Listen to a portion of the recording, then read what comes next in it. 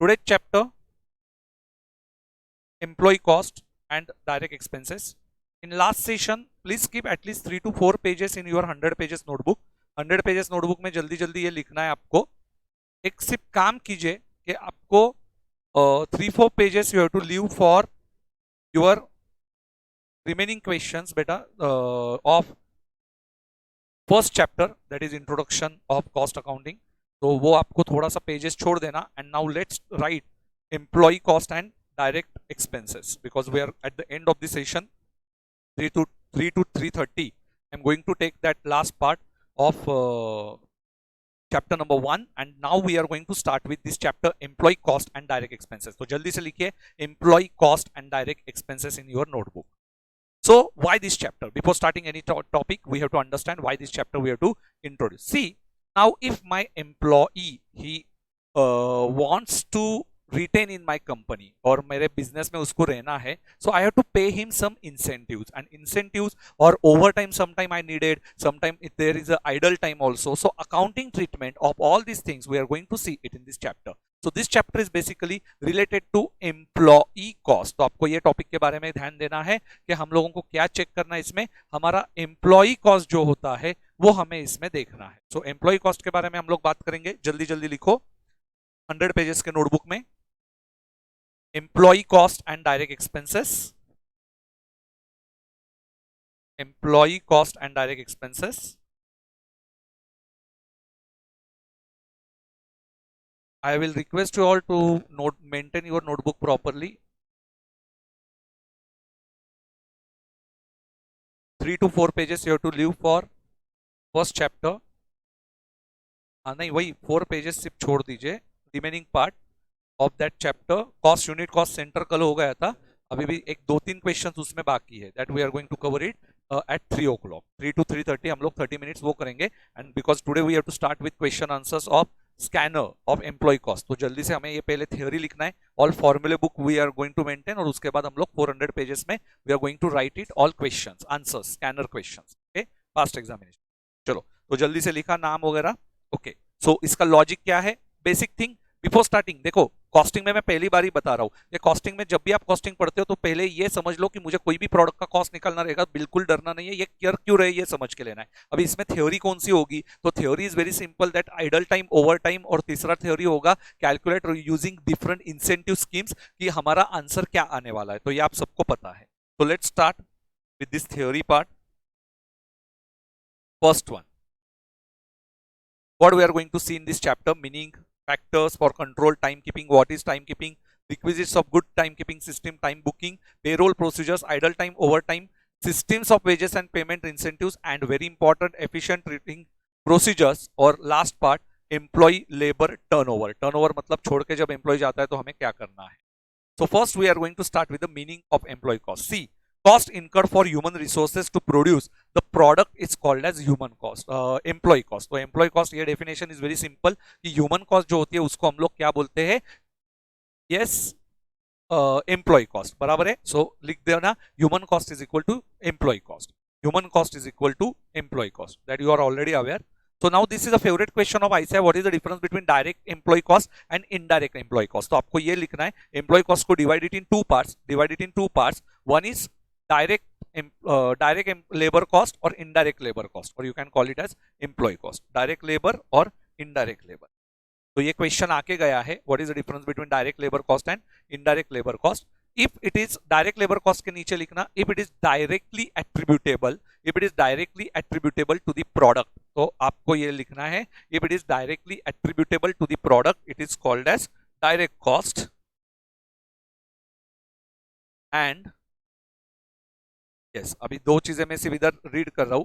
Direct cost के नीचे लिखना डायरेक्टली एट्रीब्यूटेबल टू प्रोडक्ट, बराबर है. एंड इनडायरेक्ट के नीचे लिखना, अच्छा, so wages paid for factory workers क्या होगा, वेजेस ये वर्ड जो यूज होता है that we use for the direct cost, and indirect cost के लिए हम लोग ओवरहेड यूज करते हैं, not directly attributable to the product. Simple लिख देना, not attributable to the product और पार्ट ऑफ ओवरहेड्स. इनडायरेक्ट के नीचे लिखना पार्ट ऑफ ओवरहेड, और डायरेक्ट के नीचे लिखना पार्ट ऑफ प्राइम कॉस्ट.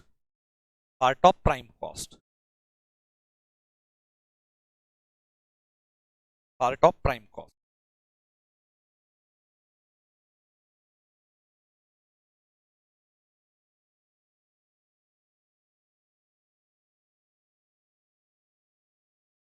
हुआ।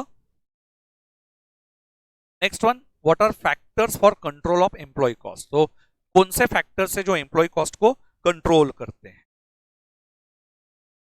सो factors which control employ cost are assessment, ये आ सकता है एग्जाम में, assessment of man power requirements, control over time keeping and time booking. तो एम्प्लॉय कॉस्ट को ये देखता है। Time and motion study, very very important, कि कितना टाइम वो लेबर उसके लिए दे रहे हैं। What is the treatment for idle time, how you can control it, so this is also important. Control over time, जानबूझ के ओटी लिए जाते हैं, ओवर टाइम लिए जाते हैं। लेबर टर्नओवर के ऊपर भी कंट्रोल करना बहुत जरूरी है। जो लेबर आपसे छोड़ के जाएंगे तो उनके जगह पे नए लेबर को ट्रेन करना आपके लिए बहुत डिफिकल्ट टास्क होता है। तो उसको रिटेन करने के लिए क्या क्या टेक्निक्स है। तो बेटा एक सिंपल लैंग्वेज में बोलना होगा तो आपको एम्प्लॉयज पे इसमें ध्यान रखना है। You have to focus on your employees, you don't want to lose them, and even ऐसा भी नहीं होना चाहिए कि वो आपके सिर पे चढ़ के बैठे हुए। तो आपको ये दोनों चीजें यहाँ पे ध्यान में रखनी है कि आप उनको एम्प्लॉयज को कैसे कंट्रोल कर सकते हो। ये चैप्टर की एक आपकी इंपॉर्टेंट पॉइंट है कंट्रोल करने के लिए। वेजेस इंसेंटिव स्कीम्स की अच्छा काम कर रहे हैं। फॉर एग्जांपल सपोज कोई आपको सेल बढ़ा के दे रहा है तो बड़ा ऑब्वियस आपने उसको क्या देना चाहिए, इंसेंटिव देना चाहिए। वो लेबर एक तो वो उसमें, और एक लेबर होगा जो काम करने में माहिर है, जो अच्छे से काम करता है, he is working properly, in that case you have to give some incentives to him. तो दो टाइप के अलग अलग एम्प्लॉयज होते हैं, एक सेल्स में रहेगा, एक प्रोडक्शन में रहेगा। सो दोनों में कैसे आपको इंसेंटिव्स देने, that you have to decide. Next one, control over casual workers. अभी देखो सैटरडे संडे को सिर्फ मुझे लेबर की जरूरत रहती है, तो I will appoint some casual workers, I will appoint some casual workers for my business, मतलब सिर्फ टेम्पररी बेसिस पे जिनको लेके आया हूं। Job evaluation and merit rating. अभी जॉब इवैल्यूएशन बेटा जो 5th स्टैंडर्ड पास हुआ है और उसके मैंने गल्ले पे रख दिया तो ऐसा नहीं चलेगा, या कोई इंजीनियर बच्चा है वो उसको भी गल्ले पे रख के चलेगा नहीं। सो मुझे वहां पे किसको बिठाना है, जिसको बेटा एक तो भरोसे का रहना चाहिए। तो ये job evaluation and merit rating आपको समझ में आना चाहिए। तो कंप्यूटर चला रहा है अपना बंदा, तो उसको थोड़ा बहुत तो नॉलेज होना चाहिए। तो ये चीजें जो है इसको बोलते हैं job rating and job evaluation and merit rating. Okay, and last पर one is employ productivity. So these are some employ factors for control of employ cost. So just write down this. चलो जल्दी जल्दी लिख लो ये सभी फैक्टर्स। Exam question है, फैक्टर्स फॉर, दिख रहा है क्या आपको?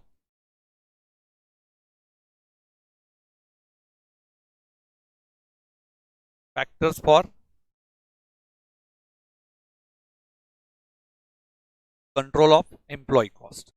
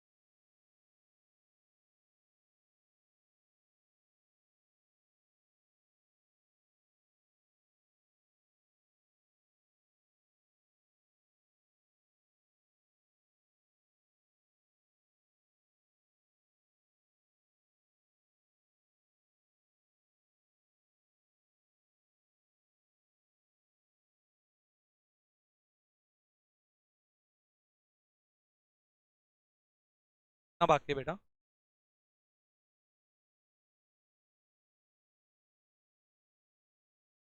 लोग ओवर बोल रहे हैं बेटा ऑलरेडी।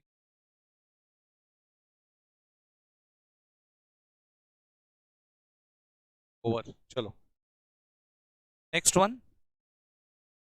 यस बेटा। Time keeping, that is the attendance record. So attendance record क्या होता है? तो this is also favourite question. Time keeping मतलब आपका पूरा का पूरा वक्त लिखा जाएगा। It refers to total time spend by the worker. So write down time keeping, time keeping, total time spend by the worker, total time spend by the worker, बस इतना ही लिखो। सो that is attendance time in simple language. So timekeeping means attendance time. What is the objective of timekeeping? Yes बेटा, objective is very simple. आपका employ कितने दिन आया था, कितने टाइम आया, तो उसके हिसाब से उसकी सैलरी निकालने के लिए you will get some benefit. So objective is very simple for the preparation of payroll. So first thing, कोई भी टाइम कीपिंग क्यों रखता है? बिकॉज पेरोल के लिए।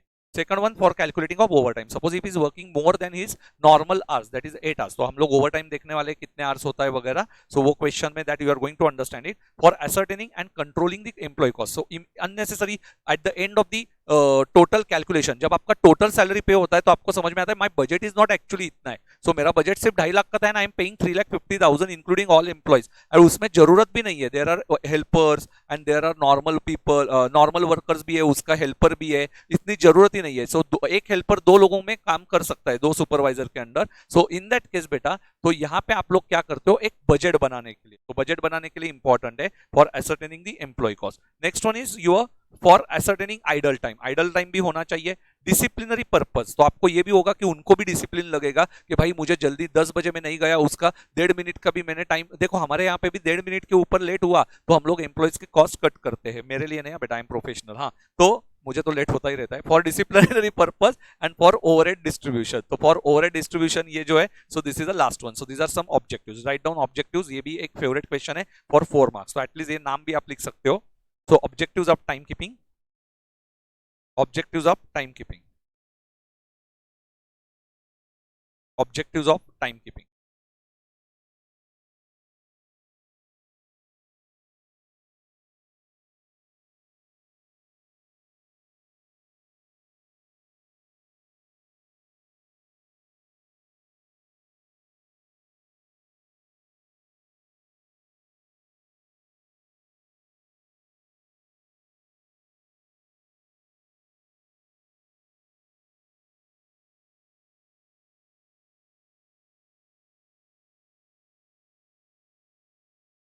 Objectives of timekeeping,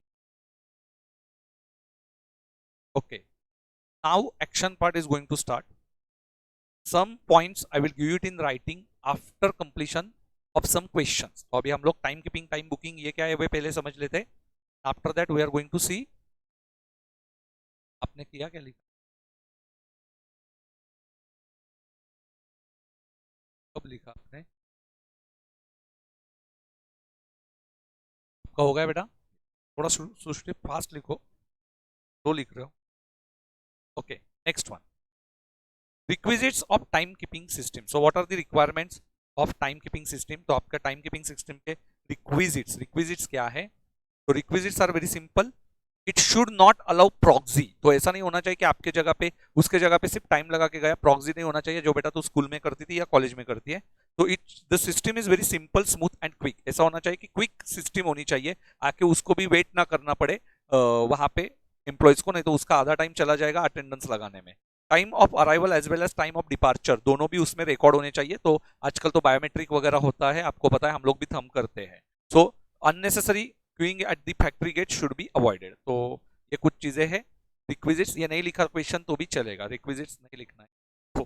तो requisites of good time keeping system नहीं लिखा तो भी चलेगा। Yes, now what is time booking? So time booking के बारे में बात करेंगे। टाइम बुकिंग के बारे में बात करते हैं।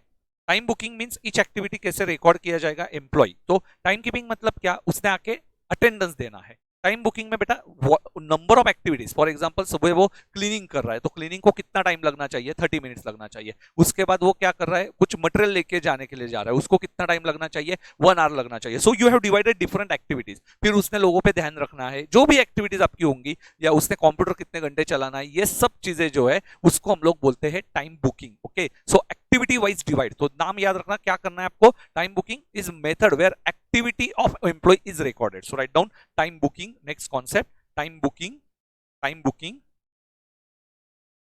activity of an employee is recorded. Activity of an employee is recorded. Why? For costing purpose. उसके बाद लिखो, नीचे के साइड पे लिखो why, for costing purpose लिखो, purpose divided in 3 parts, for costing divided in 3 parts, for costing more major efficiency, and for fixation of responsibility divided in 3 parts. For costing purpose, to measure efficiency, and third one is for fixation of responsibility. Theory मैं वापस बोल रहा हूँ, 30 marks की theory आने के chances है, so don't skip theory in option. मैं 100 पेजेस की भी नोटबुक आपको बना के दे रहा हूँ, तो इससे ज्यादा मैं कुछ नहीं कर सकता। अल्टीमेटली क्वेश्चंस आप ही को सॉल्व करने हैं। मैं स्कैनर का इंडेक्स भी आपको लिख के दूंगा स्टडी मटेरियल के इंडेक्स के लिए। यू कैन फॉलो माय बेटा question answers of recorded lectures. So recorded lectures of study material, you will get it. Scanner के questions we will solve it in this. So for costing ये आपको मैं efficiency, हाँ, now fixation of responsibilities is actually divided in 2 parts. Now suppose you know that now you can control your responsibilities. तो बेटा यहाँ पे variances मतलब क्या होगा कि रिस्पॉन्सिबिलिटीज एक बार डिसाइड की, पर उससे आपका क्या होता है, वेरियंस हो सकता है कि आप क्या करते हो कि यस आप मम्मी को बोलते हो सिर्फ खाना बनाओ, खाना बनाओ नहीं बेटा, आप उसको लिफ्ट के बटन तक बोल सकते हो कि ये चला के दो, या उसको बोल सकते हो, मतलब मम्मी को तो एम्प्लॉय करके ही रखा हुआ है, सो आप लोगों उसके ऊपर ज्यादा से ज्यादा रिस्पॉन्सिबिलिटीज दे डालते हो। तो वैसा ही आपके रियल लाइफ में भी होता है। अभी हमारा संगम भैया, एक काम नहीं है बेटा, मैं उसको होटल का भी काम लगा देता हूँ, बाकी के बिजनेस का भी लगाता हूँ, इधर का भी लगाता हूँ, तो ही इज ओवर बर्डन, तो I have to fix him responsibilities to him, बराबर है। सो फिक्स रिस्पॉन्सिबिलिटीज, और उसके बाद उसका वेरिएंस एनालिसिस हमने करना चाहिए कि भाई इसका भी पर्सनल लाइफ है, ये भी देखना चाहिए। और कंट्रोल करने के लिए मतलब कभी कभी कुछ काम वही कर सकता है, जैसे आज जूम चालू ही नहीं हुआ हमारा, तो वो मुझे तो नहीं आएगा, तो उसको भी नहीं आया, आज कुछ तो अपडेट्स आए, तो अनकंट्रोलेबल था, ये क्या था, अनकंट्रोलेबल, तो उसमें कुछ गलती हुआ तो मैं उसको छोड़ देने का। और कंट्रोलेबल मतलब क्या, तो इधर आके बेटा सिर्फ टाइम पास करता रहेगा, तो मुझे उसका मोबाइल खेलता रहेगा, तो ये क्या होगा, तो ये मैं चीजें कंट्रोल कर सकता हूँ। सो कंट्रोलेबल एंड अनकंट्रोलेबल, इतना याद रखिए। Can be avoided, uncontrollable can not be avoided, simple. Two fixation of responsibilities 2 parts में डिवाइड करना, controllable and uncontrollable, controllable and uncontrollable, बस इतने 2 वर्ड्स याद रखना। ऑब्जेक्टिव्स ऑफ टाइम बुकिंग, बहुत फेवरेट क्वेश्चन है एग्जामिनर का। टाइम बुकिंग के ऑब्जेक्टिव्स क्या है, आप यहाँ पे देख के लिखते रहिए। टाइम बुकिंग के ऑब्जेक्टिव्स सिर्फ मैं एक्सप्लेन कर देता हूँ, आप लिखते रहो, तब तक सुनते रहो और लिखते रहो। To ensure that time paid for has been properly utilized on different jobs or work orders. Okay, so time paid for, ये थोड़ा गलत हो गया है वहां पे, ये मिस्टेक हुआ है, तो ये प्रॉपरली रेक्टिफाई कीजिए, वर्डिंग्स गलत हो गया है। To ensure that time paid properly utilized, okay, whatever time paid है वो प्रॉपरली यूटिलाइज हुआ है क्या। To ascertain the cost of each activity means each job, to provide for basis of apportionment. Sometimes you divide it over the activity basis of apportionment, you will understand it in the overhead chapter. And to have control over idle time, so idle time के ऊपर control होने के लिए, so these are 4 points where you have to write objectives.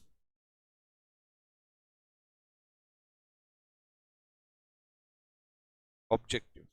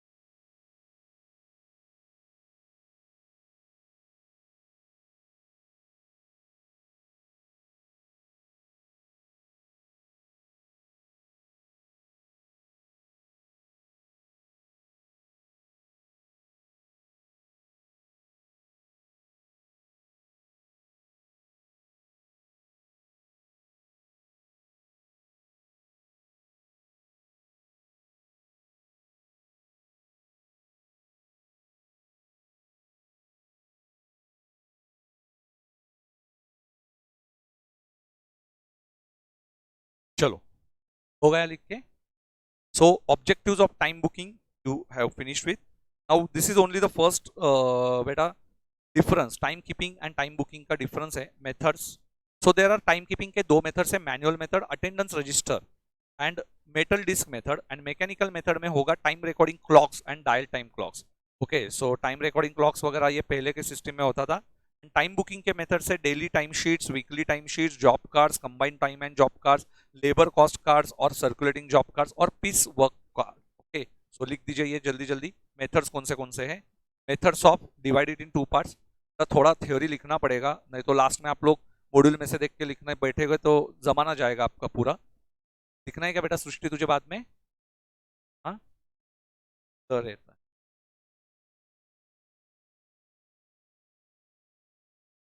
आप shorts निकाल दो. Do one thing बेटा, I will request जो भी यूट्यूब पे देख रहे हैं, यहाँ पे कुछ फेस टू फेस बैच के स्टूडेंट्स हैं, तो for them it is very difficult क्योंकि यहाँ पे रेंज नहीं पकड़ रही है. तो प्लीज़ जैसे जैसे आप स्क्रीनशॉट लेते जाइए एक एक इसका और इनको सिर्फ भेजते जाइए ग्रुप पे. जो भी अपने रेगुलर बैच के स्टूडेंट्स देख रहे हैं फेस टू फेस वाले, जो दो ग्रुप में क्रिएट है, जूम वाले नहीं, सॉरी अपने ये वाले नहीं, जो व्हाट्सअप पे ज्वाइंट है, व्हाट्सअप वाले प्लीज टेक स्क्रीनशॉट्स.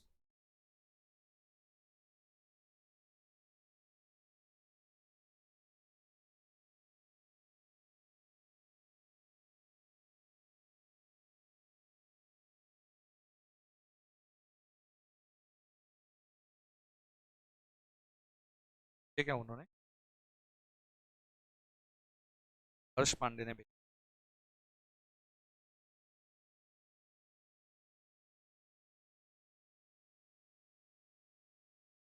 धन्यवाद हर्ष पांडे जी.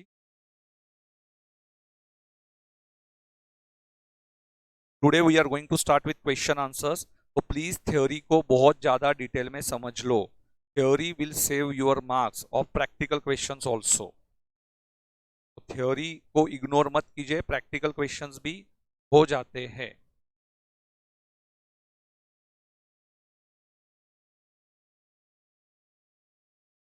Those students who are getting theory in detail and solve question answers easily of costing.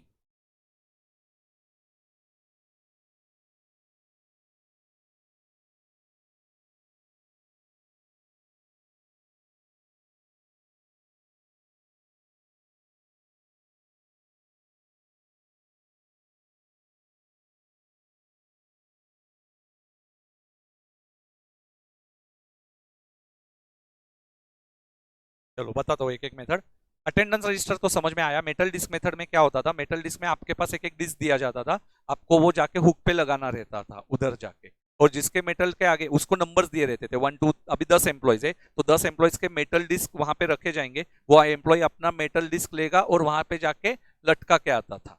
और जिसके सामने जिसके इसके डिस्क नहीं रहेंगे जो नंबर्स के सामने, तो वो एम्प्लॉय एब्सेंट रहेगा. जैसे आपके स्कूल में रहते थे ना 1 to 50 नंबर्स, तेरा रोल नंबर रहेगा कुछ, तो कोई भी रह सकता है तेरा 420 वगैरह. तो यस बेटा, मेटल डिस्क ये उसको बोलते हैं.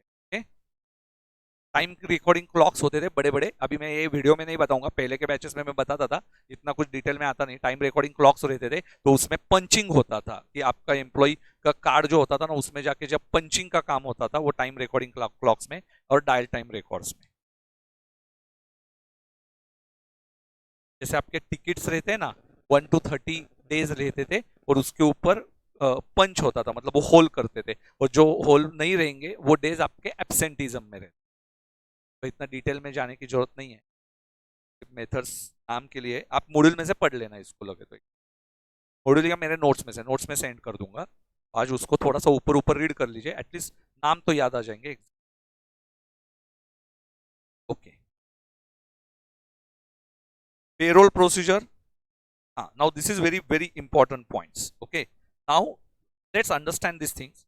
See when we are calculating earnings of employees, see the difference. अभी आपको मॉड्यूल में ऐसे क्वेश्चन मिलेंगे कि you have to calculate earnings of employ. So earnings means what? In hand हम लोग उसको कितना देते हैं, इन हैंड हम लोग उसको कितना देते हैं. Now one by one, now simple salary we are paying.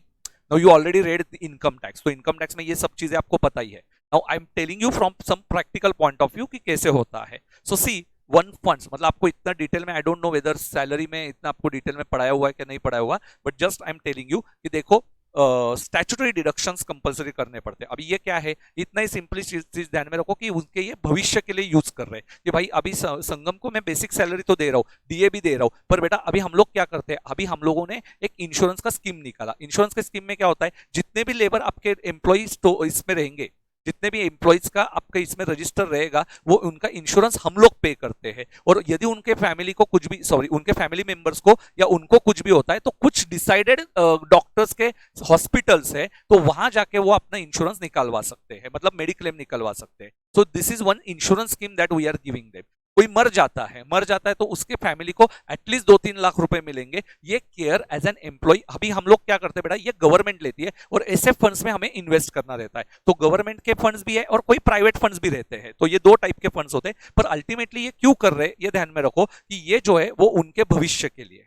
अभी प्रोविडेंट फंड, ये तो पूरा नाम ही इसका है भविष्य निर्वाह निधि. ओके, इसका नाम ही है उसके भविष्य के लिए. दूसरा कौन सा फंड होगा, अभी ये मुझे बताओ, हम लोग भी कॉन्ट्रीब्यूट. अभी इसमें क्या होता है, एम्प्लॉयर को पूछते हैं भाई तू भी कॉन्ट्रीब्यूट करेगा, वो बोलेगा हाँ मैं भी कॉन्ट्रीब्यूट करता हूं. मैं बोलूंगा मैं भी कॉन्ट्रीब्यूट करता हूं. मैं कॉन्ट्रीब्यूट करूंगा तो वो एम्प्लॉयर का कॉन्ट्रीब्यूशन होगा, वो कॉन्ट्रीब्यूट करेगा तो वो एम्प्लॉई का कॉन्ट्रीब्यूशन होगा. So there will be equal contribution और it might be different contribution. But see, whatever contribution I have made, I will pay from his salary. I will pay from, it is a part of the salary, okay? And whatever amount he will pay, that is not a part of his salary, it will be deducted from his salary. He is just giving me authority to deduct it. एकदम logical जाना. तो आपको I think salary topic में भी ये चीजें रहेंगी, तो थोड़ा सा लॉजिक लगा रहा कि ये मेरे जेब से जा रहा है या उसके जेब से जा रहा है. मेरे जेब से जाता रहेगा तो पहले वो मेरी कॉस्ट है, फिर मैं डिडक्ट करके दूंगा. आया समझ में? और उसके जेब से जाता रहेगा तो ये मेरा कॉस्ट है क्या? नहीं. तो सिंपली कॉमन सेंस लगाना जब भी सैलरी टॉपिक पढ़ोगे, क्योंकि मैं जब इंटर में था ना,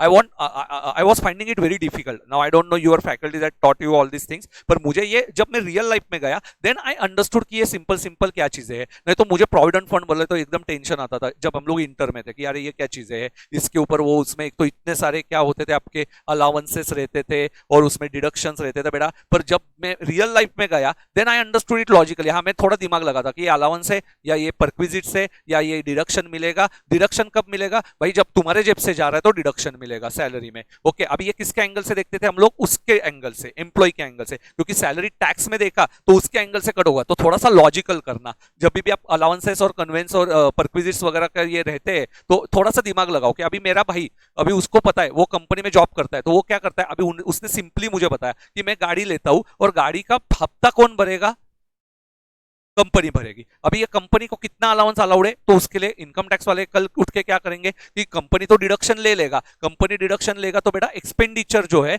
वो एक्सपेंडिचर कंपनी क्लेम करेगा, और इधर एम्प्लॉई जो है वो भी क्या कर रहा है, उसके ऊपर टैक्स नहीं भर रहा है. कंपनी का तो बेटा नुकसान होगा ना, सॉरी, इनकम टैक्स डिपार्टमेंट का. तो कितना कन्वेंस के लिए अलाउड करना है या ट्रैवलिंग के लिए अलाउड करना है, या सपोज मैं हाउस रेंट ले रहा हूं, मैं एम्प्लॉयर हूं, मैं संगम को एक घर बांध के दिया, उसका हफ्ता मैं भर रहा हूं, तो मेरे जेब में से मैं एक्सपेंडिचर आउट करूंगा, और संगम ने वो बताना चाहिए ना कि भाई ये सैलरी का पार्ट है करके. तो इसीलिए उसको थोड़ा सा लॉजिकल करना कि गवर्नमेंट अपना रेवेन्यू कभी छोड़ेगी नहीं, और जितना लॉजिकल पढ़ोगे उतना समझ में आएगा इनकम टैक्स में भी. अभी वो मत बताओ कि वो भी पढ़ाओ करके, तो वो चीजें जो है ना, तो वो लॉजिकली आपको इतना याद रखना है कि मेरे जेब से जा रहा है या उसके जेब से जा रहा है. तो उसके जेब से जाता रहेगा तो क्या होगा, वो सैलरी का पार्ट उसके बुक में टैक्सेबल होगा. अब भी मैं सोच रहा हूं मेरी कॉस्ट, देखो भाई मैं बिजनेस कर रहा हूं, ये कॉस्टिंग में एम्प्लॉय के एंगल से नहीं सोचने वाला हूं, पर इनकम टैक्स में आपको एम्प्लॉय के एंगल से थिंकिंग करना है. इनकम टैक्स में उसके सैलरी में ऐड होगा क्या, नहीं होगा, क्योंकि गवर्नमेंट को टैक्स भरना है उसके सैलरी पे. एम्प्लॉय टैक्स भर रहा है या एम्प्लॉयर टैक्स भर रहा है, एम्प्लॉई भर रहा है बेटा, एम्प्लॉय भर रहा है ना, तो उसके एंगल से टैक्स देखा जाएगा.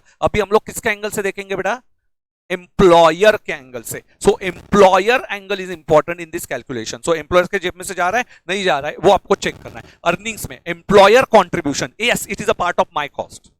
एम्प्लॉई कॉन्ट्रीब्यूशन, वो भी कॉन्ट्रीब्यूट करेगा ना. आप बोलोगे सर आप भी कॉन्ट्रीब्यूट कर रहे हो, मैं कर लेता हूं, चलो मुझे ना बाद में फ्यूचर में पैसा लगने वाला है. तो एम्प्लॉय बेटा रिलेशंस तो अच्छे ही रहने चाहिए, तो वो आपके साथ काम करेगा. सो एम्प्लॉयर एम्प्लॉय कॉन्ट्रीब्यूशन में आपके जेब से कौन सा जाएगा, एम्प्लॉयर कॉन्ट्रीब्यूशन. एम्प्लॉय के जेब में से कौन सा जाएगा, employ contribution. But when you are calculating his earning, तो his earning means what, in hand हम लोग कितना पे कर रहे हैं, उसके हाथ में कितना जाएगा, उसके हाथ में जो जाएगा that we have to consider. Okay, so in study material you have question on this. Employ state insurance scheme, बेटा इंश्योरेंस स्कीम मींस उसके फैमिली लाइफ के लिए होगा।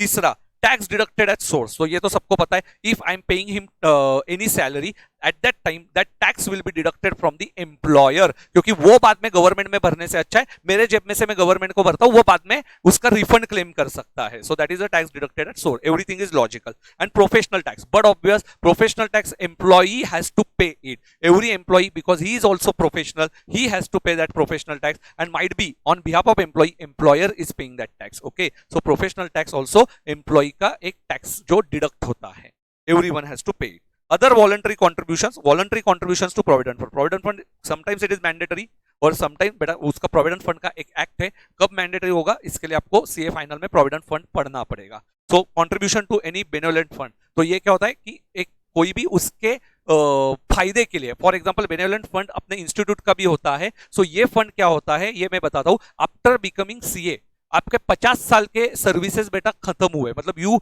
Are already done CA before 50 years, now you are in practice और you are in job, job में तो retirement हो गया होगा पर प्रैक्टिस में हो गए, और आपने सपोज आपने सम इनकम का प्रूफ दिया, या sometimes ICI will take care about your, बेटा ऐसा हो सकता है यूर ओल्ड एज, तो वो जैसा होता है ना हमारे सीए कोर्स में भी एक फंड आपके जेब इसमें से पैसा लिया जाता है, और जो आपको फायदा कब देगा जब आपके ओल्ड एज में फायदा दे सकता है, पर वो भी जो सीए ने मांगा होगा, पर अभी तक वो फंड में से बहुत सीए पैसा मांगते भी नहीं है, ओके? इतना कमा लेते वो 2.5-3 लाख रुपया मिलता है तो कौन, ओके? लोन डिडक्शंस होते हैं and other advances and dues, so these are also deductions. So you are asking your company to pay your loans on behalf of you, ये company will deduct it. So ultimately it is not a cost of company, it is on behalf of you company has paid it. So ये question मैं इसलिए ले रहा हूँ क्योंकि we have to solve one question based on this concept. Okay चलो अभी ये वीडियो में समाप्त करता हूं। Payroll procedure I hope you understood it.